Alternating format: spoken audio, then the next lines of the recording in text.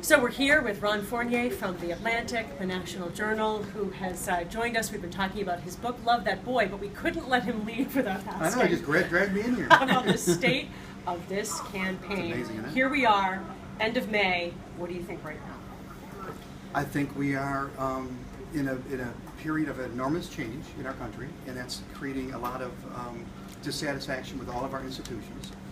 And the American public is demanding disruption and change in all of our institutions. And the one that has not changed at all is politics. So I think this Trump and Bernie Sanders phenomena is the beginning of several cycles of incredible change, of people demanding uproar in their politics and seizing control and changing, I think, both of the parties. I would be surprised in the next 10 or 15 years that both these parties are gone. Wow, it's amazing. Let's start with the Bernie Sanders-Hillary Clinton dynamic right now. He's sticking around. Paula's covering the Republican convention in Cleveland. I'm covering the Democratic convention in Philadelphia. Man, which am I going to contest a convention, do you think?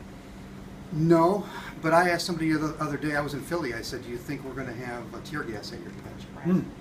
I don't think either one will be contested, but there's going to be a lot of protest and a lot of angry people, I think, at both of them. You know, Bernie Sanders, you know, it's clear he's not going to win the nomination, and it's clear even without the superdelegates, he would not have enough to win the delegation. But again, he represents this force that we're seeing on both ends of the political spectrum, actually across the spectrum, but it's most obvious on the ends of the spectrum, where they just can't stand the status quo. They can't stand the party establishment. And that's not going to go away. Hillary Clinton will eventually win the nomination. She will unify the party somewhat because they're going to be unified against Donald Trump.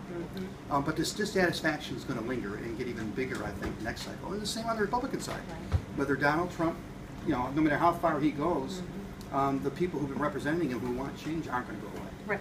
In terms of Trump, here you have a situation where even though I think most people think Hillary Clinton will end up with the nomination, she's going to be battered from both sides, from the Sanders campaign and the Trump campaign here for the next couple of months. On paper, doing the math after what Mitt Romney went through, Donald Trump shouldn't be able to win. But do you think this year of all years, we've got to throw all our expectations out the window? Yeah. Under the old paradigm, there's absolutely no way Donald Trump becomes president. But under the old paradigm, there's no way Donald Trump becomes a nominee. And it's still true, if the voting electorate, if the people who come out to vote is the same this cycle as it was last cycle, there's no way Donald Trump can win with his percentages he now has among Hispanics and African Americans and women voters.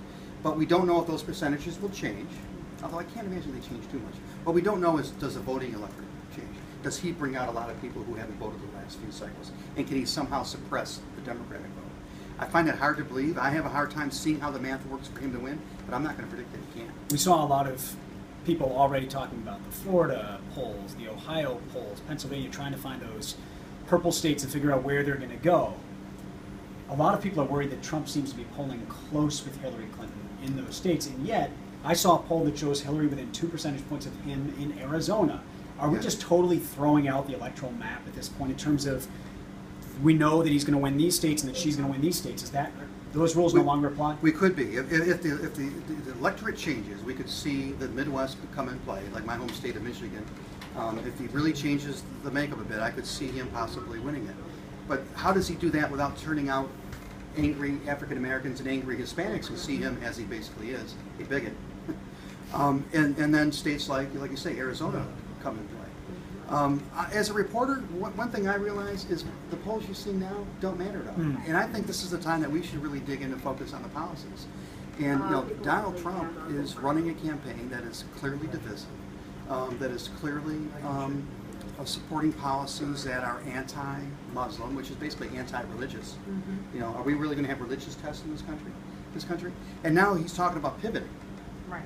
Well, that's an interesting thing, interesting phenomenon. Is that really the kind of thing you can do in an era where we have this kind of information, where anybody can download? This is what I've said during the primaries, but now if I win in the general election, that will change. Right. Now you could get away with that in the 90s when there was just a few gatekeepers in the media, and we all kind of said, "Oh, that's good strategy." That's how it works. Right. Sure. It don't work like that anymore. And now the public gets to decide, no, I don't like this, and I think Donald Trump's going to have a hard time changing the perception of who he is. Although Hillary Clinton's going to have the same problem. How about this fascinating thing where you seem to have Hillary Clinton people who say, I understand the Bernie Sanders voter, and I could, vote for him.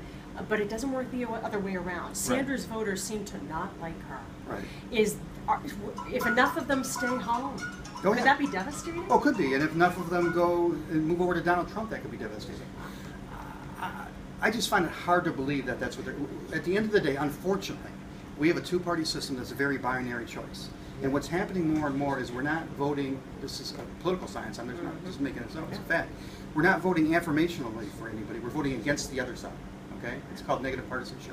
So the Bernie Sanders people right now, when they have a choice between Bernie and Hillary, they really like Bernie. But when the choice is between Hillary and Donald Trump, I gotta believe they come out. That can change They're over time. I think so. And that's why you say, it's only May, we've got a long time to go. There'll be lots of up and down movement in those polls. You'll be watching it all, I'm sure. Exactly. Thank you so much. Are we going to see you in Cleveland and Philly? Cleveland and Philly, I'll be there both All days. right. I don't miss We'll it. see you there. Bring my gas mask. Thank you so much for joining us. For having me. Thanks, everybody.